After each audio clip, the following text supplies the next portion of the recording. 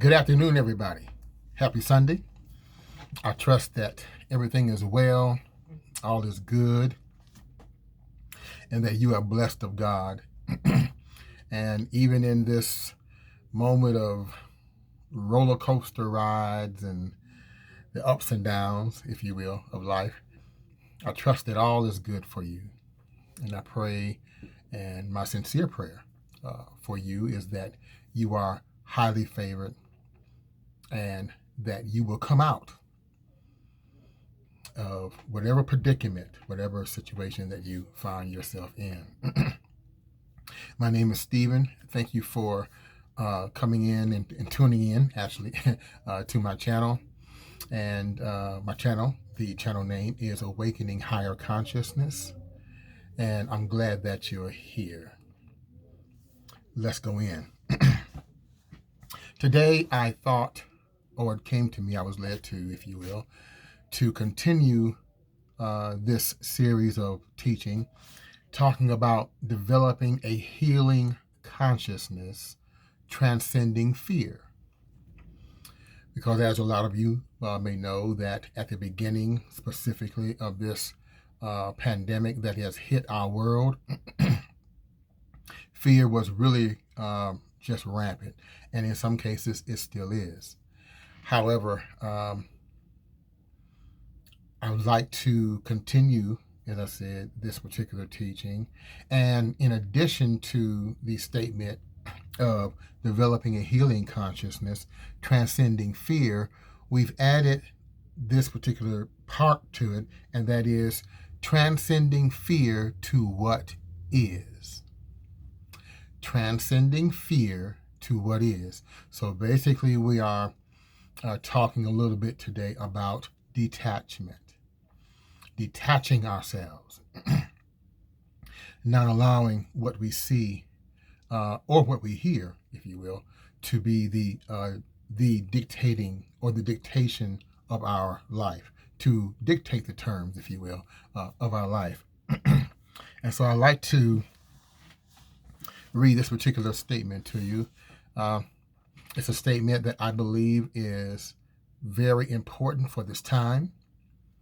A statement that is one that you can contemplate and mull over, pore over, that you can look at and allow it to marinate into your consciousness.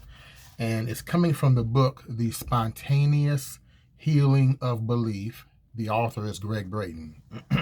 And it reads as follows. There's a force that lives within every one of us, a power that nothing in the world can touch. With it comes the promise of surviving the darkest moments of life and the reassurance that difficult times are only part of the journey. See, that says it all. So if we talked about or spoke about or taught about nothing else, this statement here says it all. Again, I'm going to read it again. This is our opening statement for the teaching today. There's a force, a power, that lives in every one of us, a power that nothing in the world can touch. With it comes the promise of surviving the darkest moments of life and the reassurance that difficult times are only part of the journey. So today we are going to look at a particular verse, and here specifically in the King James Version of the Bible. And it reads as follows. 2 Corinthians chapter 4, verse 18. It says, while we look not at the things that are seen, but at the things which are not seen. Now that's the first part of the verse. I'm going to come back to the second part of the verse in just a few moments. while we look not at the things that are seen, but at the things which are not seen. Okay.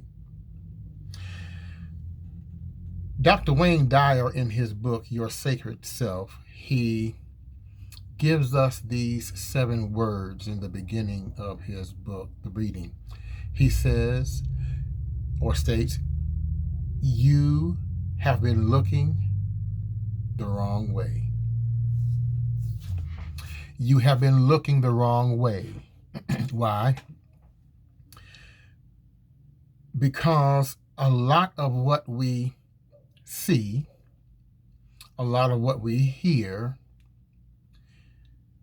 and consequently, a lot of what we say is the accumulation of everything that we've taken in. So that be the case, I believe I shared with you last time, that out of the abundance of the heart, the mouth speaks. And last time we talked about the fact of what are you saying? So again, the abundance of the heart, the content of our mind, is the accumulation of what we've been hearing and the accumulation of what we have been saying.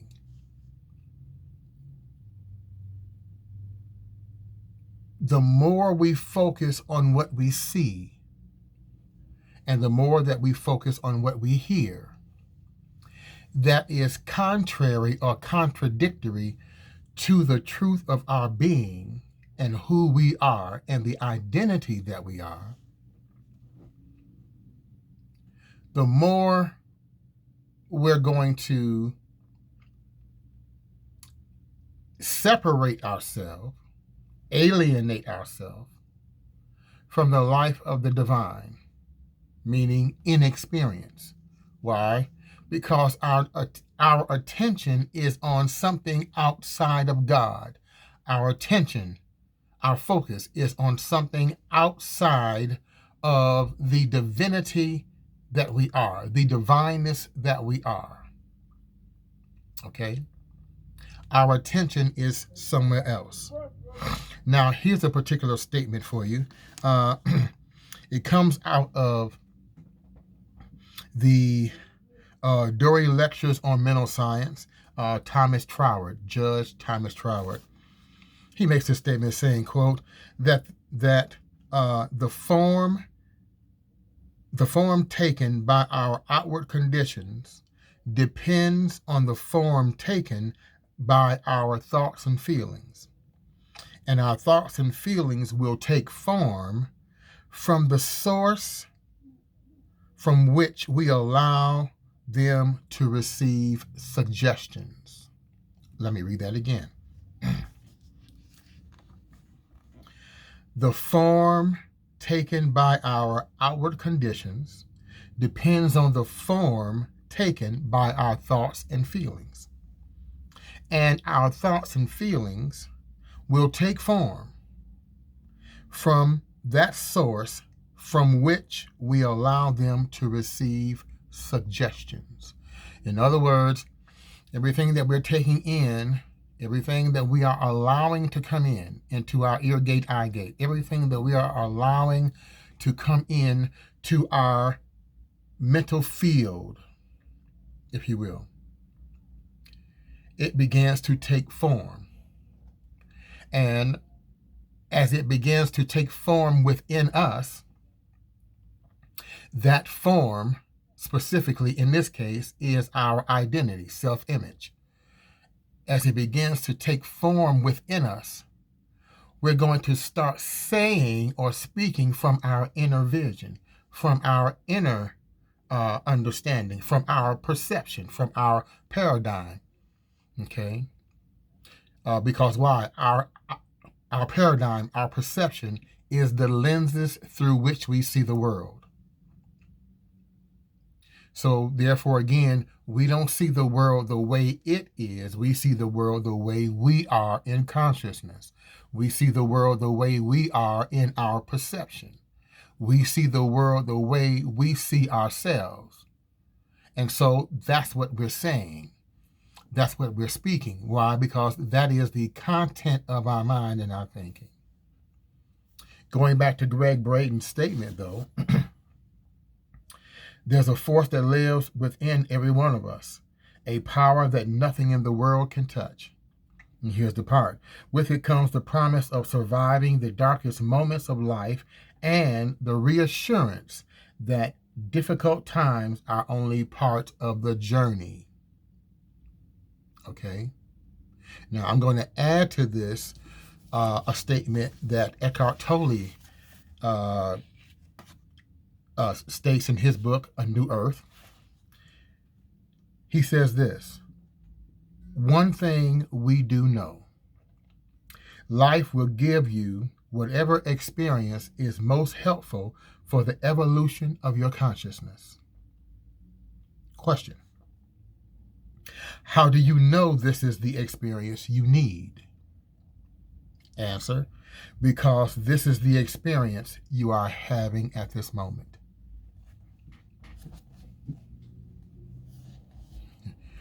Going back, okay? One thing we do know, life will give you whatever experience is most helpful for the evolution of your consciousness. And then the question is, how do you know this is the experience you need? Because, the answer is, because this is the experience you are having at this moment.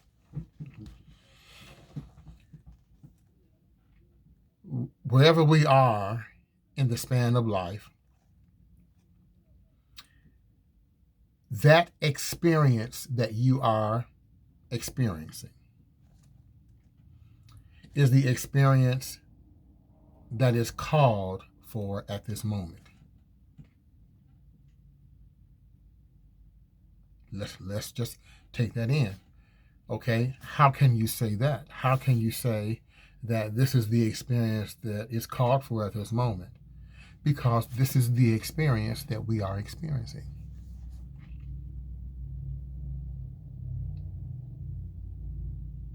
This is the experience that we're experiencing. So now it's time for us to make the decision that either we will evolve or die.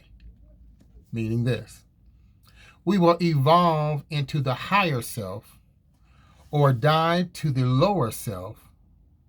We will evolve into a higher potential of life and a higher quality of life, or we will die to the dreams and die to the awareness of just experiencing life through our perception, our senses. Now it's time for us to take the mantle. To take the mantle of a higher consciousness. Henry David Thoreau said that we have been given the license of a higher order of being. We have been licensed. We have been authorized. We have been empowered. We have been endowed. It has been imparted to us to live life at a higher quality, to live life in a better expression. So those of our sisters and brothers who are experiencing life in a, if you will, a more difficult, or in a more difficult way, we need to be there for them. Some may not know. Some may not be aware. But everything that is exposed to light becomes light. So the light in you is not just for you. The light in you is to be there to light the path of the next person, the next man, the next woman. And we can do this. We can be the arms of God in this world. We can be the eyes of God in this world. We can be the hands of the divine in this world's experience that we are all going through, that we are all also going to grow through. Our world has been touched by something that has never touched it before, at least not in this type of magnitude.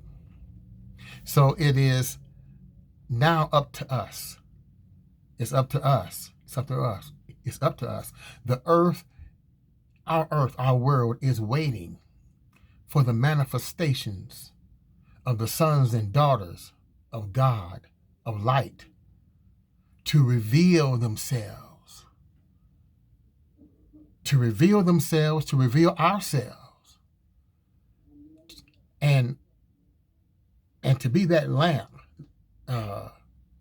for all those who may not be aware, for all those who are not privy, if you will, to the truth of their being. It's time.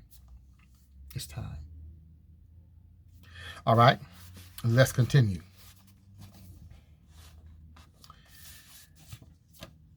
Going back, it says, while we look not at the things which are seen, but at the things which are not seen. Let us take our attention off of the material plane. Let us take our attention off of this material sense of existence, the physical plane. And let us put our attention on that which is invisible. Let's look further. Colossians chapter 3, verse 2, the translation here is the Amplified Bible. It says this: set your mind and keep it set on what is above, in parentheses, the higher things, not on things that are on the earth. What do we mean? Set your attention, set your mind, set it, keep it set. Keep it set. Keep your mind and your thoughts set on what is above, that is the higher things. So if that means that we have to turn down the TV, turn off the TV, to come away from so much of the reporting that's going on Google and YouTube and things of this nature, to come out from that, to take our attention away from it. Yes, be informed, but let us take our attention away from it.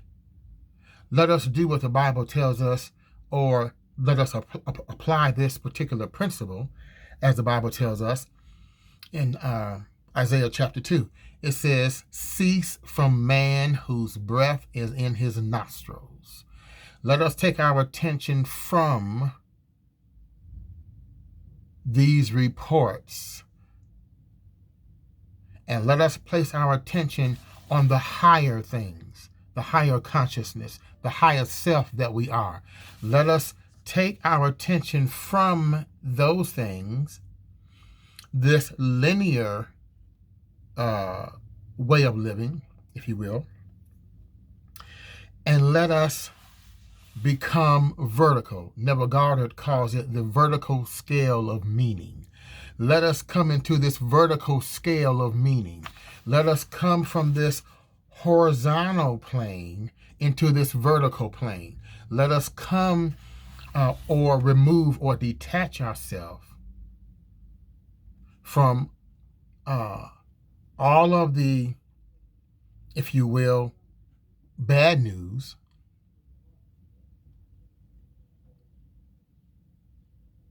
and let us come into the good news. Okay? Let us remove ourselves and remove our attention from the bad news, or at least from so much of it. In other words, if we're going to go that route, at least let our balance be, and I'm going to just use these numbers as a means of just explaining what I'm talking about. If we're going to do that, at least let our balance be 60-40.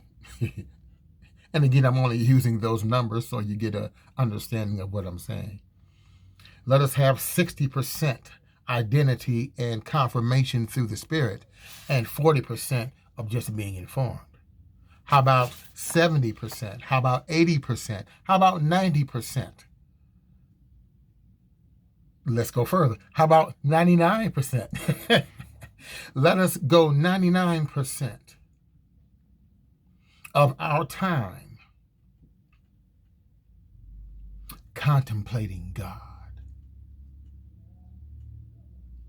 contemplating the answers, contemplating helping, contemplating serving, contemplating loving, contemplating holding our hand out and serving others, and pulling the next man or woman up, rather than focusing on the 1% and getting in there and being bombarded with the energy of blame, this blame game, and the energy of their fault and that one's fault, and the energy of anger and protest, and specifically protest that's done in a very aggressive and angry manner. Coming out of that energy, coming out of that energy of lack, coming out of that energy of fear, coming out of the energy of what we don't have, looking at the emptiness of our hands, looking at the emptiness of our pocketbook. All of us can face the same thing. But like Robert Wolf says in his book, Living Non-Duality, any security outside of ourselves can be taken away from us at any time. Let's say that again. Any security outside of ourselves can be taken away from us at any time. So this is a moment in time for us to, if you will, begin to change our priorities, begin to change where we place our trust, begin to change where we place our identity, ourself. Begin to change our connection, begin to change that which we're connected to. It's time. Okay. Again, reading from Eckhart Tolle's book, again, A New Earth, he says this: when every thought absorbs your attention, and it absorbs it completely. When every thought absorbs your attention completely, when you are so identified with the voice in your head and the emotions that accompany it, that you lose yourself in every thought and every emotion, then you are totally identified with form. Let's read that again.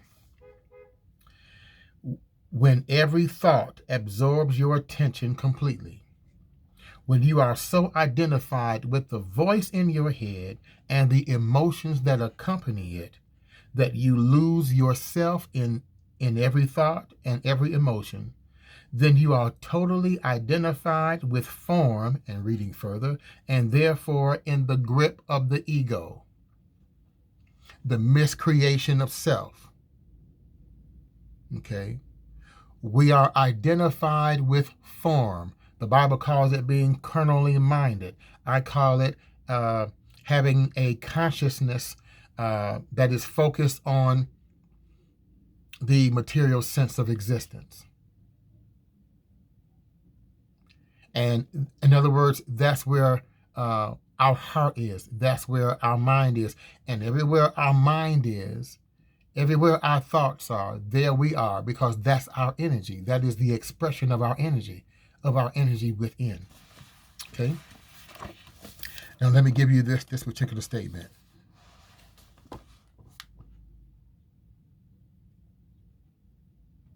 Carolyn Miss, in her book, The Anatomy of the Spirit.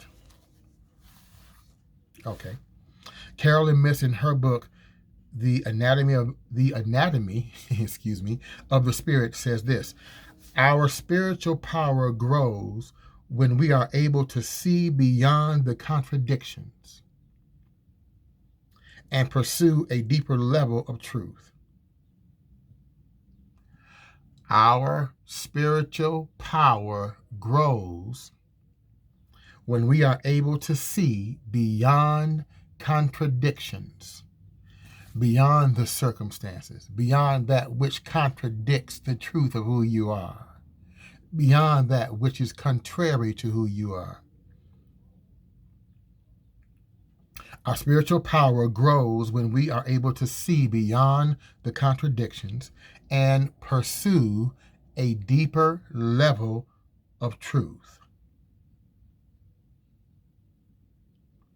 And then she states further in another place in the book, spiritual development follows the structure of our energy system. Spiritual development follows the structure of our energy system. So what is your energy system? Where are you placing your attention? Where are you in consciousness? Okay. Excuse me for just a moment. I'm going to turn on my tablet here because I want to read something to you. And it's coming from a book called How the Mind Works by Christian Larson. Very important here.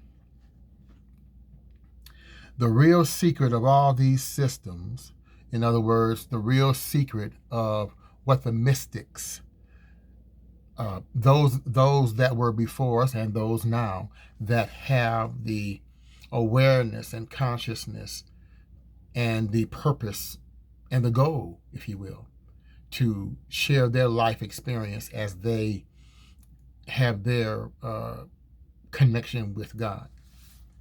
The real secret of all these systems is found in their power to draw consciousness more deeply into the realization of the absolute.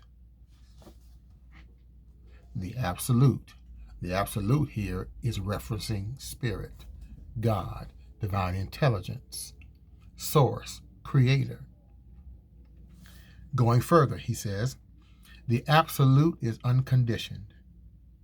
Therefore, the more deeply consciousness enters the absolute, the less conscious will the mind become of conditions. Okay? Say it again. The absolute is unconditioned. Deepak Chopra, in one of his books, I believe it's called Power and Grace, something to that effect. But anyway, Deepak Chopra, okay, he refers to it as pure consciousness. All right? Pure consciousness.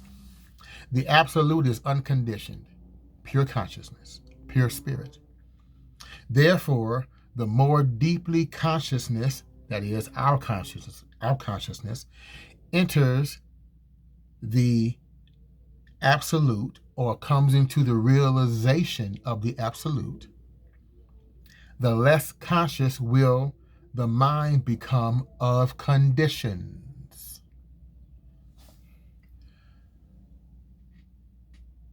The more we come into the realization of who we are in the spirit, the more our mind is focused, stayed. God keeps us in perfect peace as our mind is stayed on God. The more we enter the realm and come into the alignment of the divine, of divinity, of the divineness of who we are. This is what this is saying. The less conscious will the mind, our mind, become of conditions. In other words, as he goes further, he says, that is, the mind will be emancipated more and more from conditions as it grows into the realization of that which is unconditioned. Let's continue reading that again. Let's go back.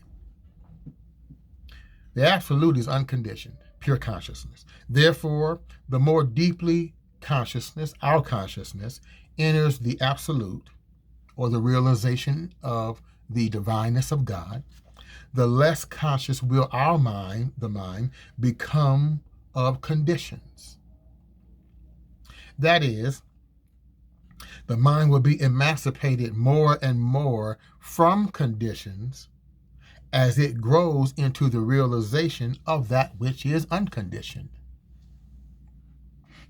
Going back a few minutes ago, remember I shared the fact about that 60-40, that 70-30, that 80-20, that 90-10. Okay.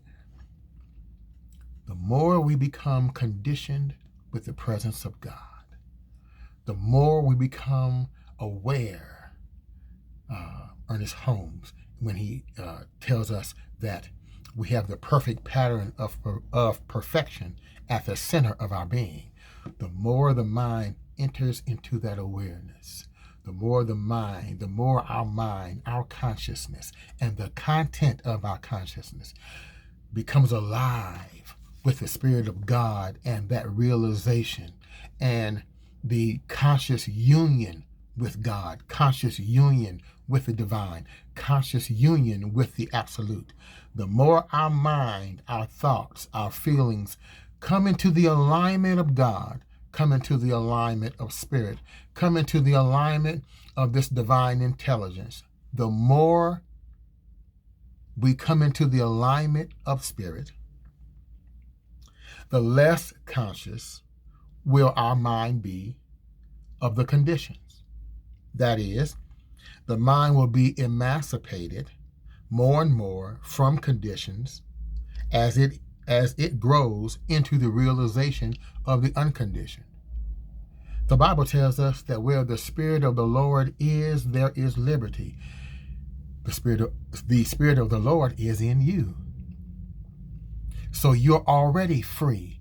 You're already free from anything that crosses or contradicts the truth of your being. You're already free from it.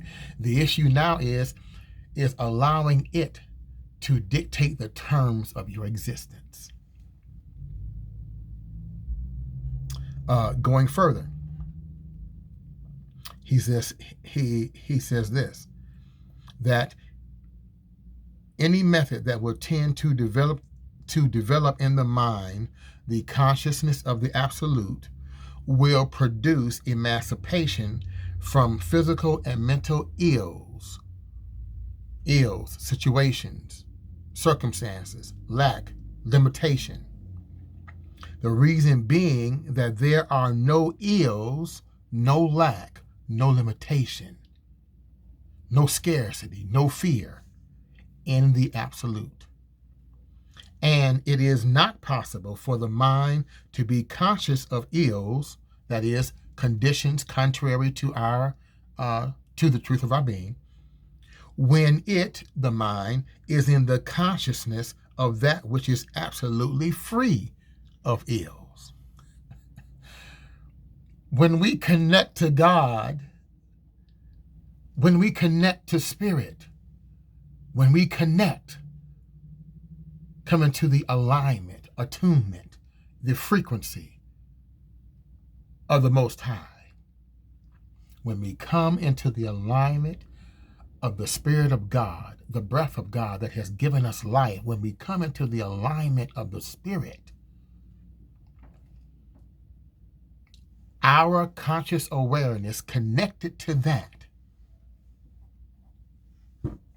we are free, emancipated, as he just said. Why? Because in the absolute, in God, in spirit,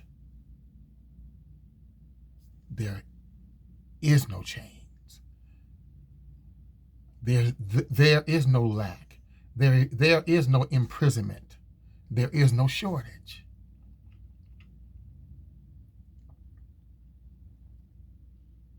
There is nothing contrary in spirit. Nothing contrary. Nothing is contrary in spirit. Say it again. There's nothing contrary in spirit. There's nothing contrary in the kingdom of God that's in you. There's nothing contrary to spirit. Nothing. The Spirit of God, the kingdom of God, is in you. And it is the pleasure of the universal source, the universal mind, the fathering spirit. It is the pleasure of the Father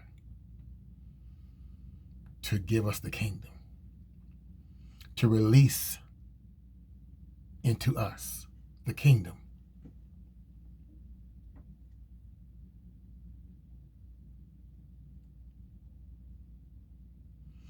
You have been sealed. Sealed here in this particular case, meaning stamped. You have been branded by divinity. Your brand is divine. You are divinely stamped and sealed by the power of God, by the power of spirit, by the power of this universal force, by the power of the absolute. And in the absolute, there are no ills. There's nothing contrary. In the absolute, there's nothing contrary or contradictory at all. God is in you. The issue now is transitioning our attention while we look not at the things that are seen, but at the things that are not seen. While we are transitioning, the issue now is to transition our attention. Transition your energy. Transition, shift, change. Where you place your energy, where you place your attention. Transition it from the material plane to the spirit. From the unreal to the real.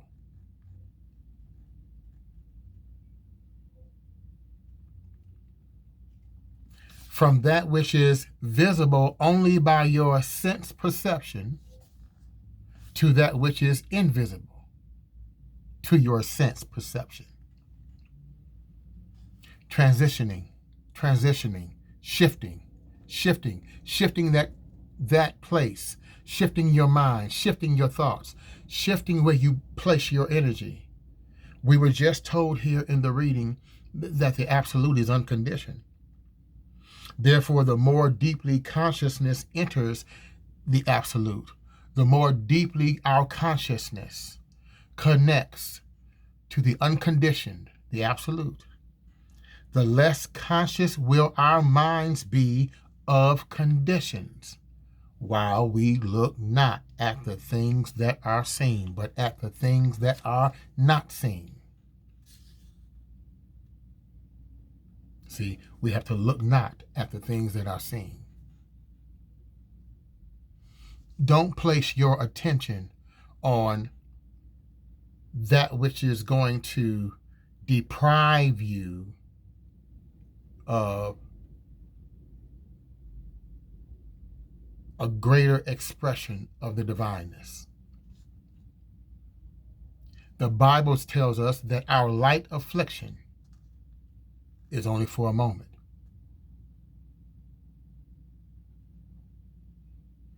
Elaine Pangos, if I'm saying that All right? Okay. In her book, The Gnostic Gospels, she gives us this, that he who sees divinity becomes what he sees. He who sees divinity becomes what he or she sees. When we look at God, when we look at the divine, when we look at the Spirit, now watch this, and we're going to begin to end it. See, as we look at the Spirit, as we look at God, that's what is going to begin to take, if you will, begin to take form in our thoughts and our feelings. And our thoughts and feelings is the content of our consciousness. And if that is the content of our consciousness, what do you think we're going to start saying? How about that? What do you think we're going to start speaking? Out of the abundance of the heart, the consciousness, the mouth speak. What do you think we're going to start saying if our consciousness is filled and the content of our consciousness is made up of thoughts of God, thoughts of being connected to God, thoughts of being connected to this divine, infinite intelligence, to the infinite invisible, to the absolute, to our source, creator, light, to this liquid light, if you will, the Spirit of God, the Almighty, the Most High. What do you think we're going to start saying because of our connection? We're not going to speak lack then. We're not going to talk limitation then. We're not going to talk it can't be, or it can't be done, or, if you will, God is not present, or God is not here. We're not going to talk those things. Again, the Bible reminds us in Ephesians chapter 4, verse 29, let no corrupt communication proceed out of your mouth. Don't allow that which is destructive to come forth out of you, out of your mouth. And the primary way to do that is to be mindful of what we are taking in. Be mindful of what we are allowing in. Guard your heart, Proverbs 4:23. Guard your heart. Protect your consciousness. Protect your mind, because out of it are the experiences of your life. Begin to protect what goes in, and when you do that, you'll be more confident and more sure of what comes out. Why? Because if your mind is focused on God, that's what you're going to speak and say. If your mind is focused on the doom and gloom, that's what you're going to speak and say. Out of the abundance of the heart, the mouth speaks. So now we want to detach ourselves from all of the doom and gloom, begin to detach from it. This is how we're going to transcend the fear now. We're going to detach from that, detach ourselves from what is, or from our current experience, detach ourselves from it, and attach ourselves to pure consciousness. Attach ourselves to the inner knowing that we have. And you're going to hear me say this a lot. David Hawkins, the late Dr. David Hawkins, again, The Eye of the Eye, that's his book, that the vision of the presence is the inner knowing of everything. The vision of the presence. The vision of the presence is the inner knowing of everything. The answer to every problem, the answer to every question, the solution to every problem. The inner knowing of everything is in the presence, fulfillment, supply, abundance, love, joy, peace. There is no fear in God. There is no lack in God. There is no shortage in the Spirit. There is no lack of wisdom in this infinite intelligence. All of it is there. And it is there for us to connect to and to release, as Browning says, to release the imprisoned splendor.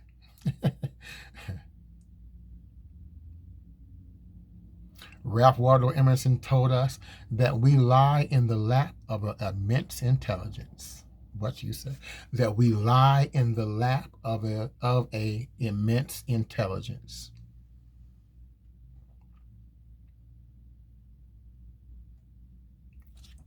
It's there for us. In my closing, in my conclusion here, I thought I had another point, but I guess I don't.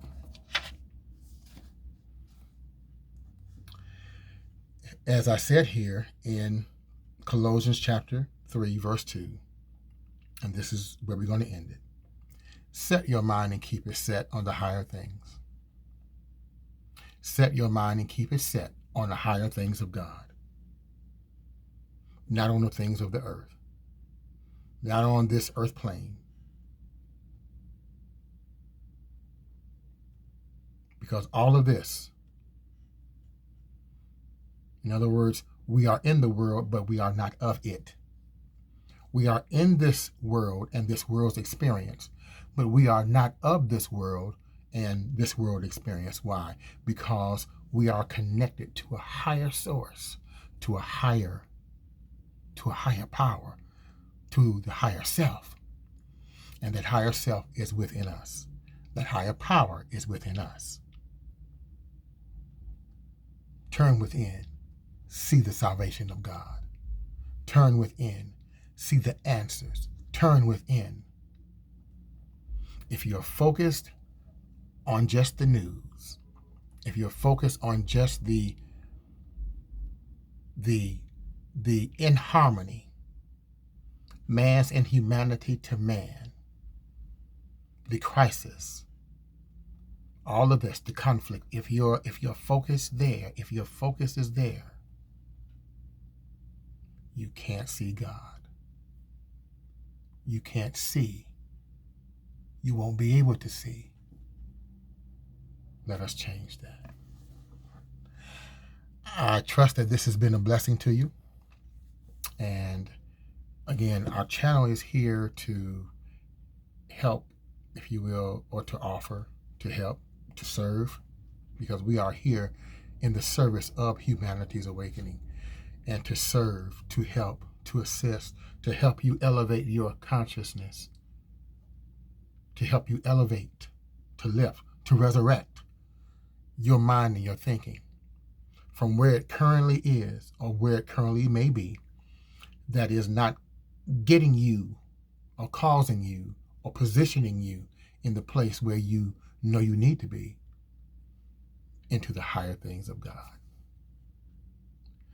Be blessed, be whole, be safe, be in love, be loving, and allow the Spirit of God to continually penetrate and permeate and fill your mind, your body, the cells of your body, down to the DNA of who you are. And then go share that. Even if it's a phone call, if it's on Zoom, if it's a video chat, whatever it is, whatever technologies is available at this moment, use them. Share love today. Share the good news today. Share the Spirit today. Be blessed. Namaste.